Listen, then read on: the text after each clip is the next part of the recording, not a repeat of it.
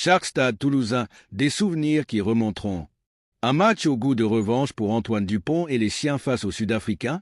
Les compositions des deux équipes pour le choc de la 3e journée de Champions Cup ont été dévoilées.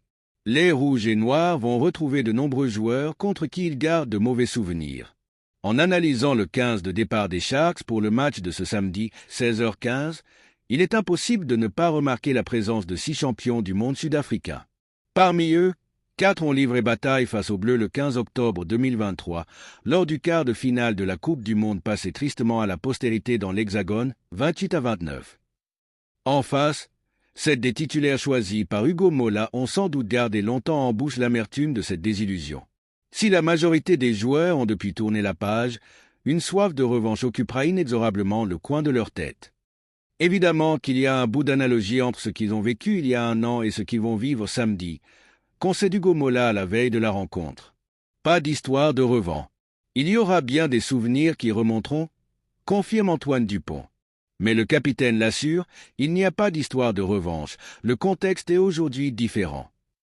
Pourtant, les Rouges et Noirs pourraient trouver en cette adversité un regain de motivation comme l'explique l'ancien ailier Vincent Clerc.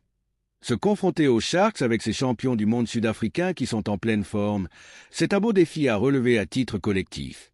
Une chose reste certaine, de nombreux joueurs de classe mondiale, comme les appelle Hugo Mola, seront présents sur la pelouse du Queen's Park Stadium de Durban. On a tous envie de voir Edzebet contre Mifou, Colisi contre Kroos.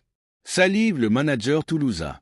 Malheureusement, Eben Edzebet, devenu ennemi public numéro 1 en France après son possible en avant volontaire contre les Bleus, manquera à l'appel. Blessé, l'ancien Toulonnais a déclaré forfait. Merci de bien vouloir vous abonner et de cliquer sur j'aime.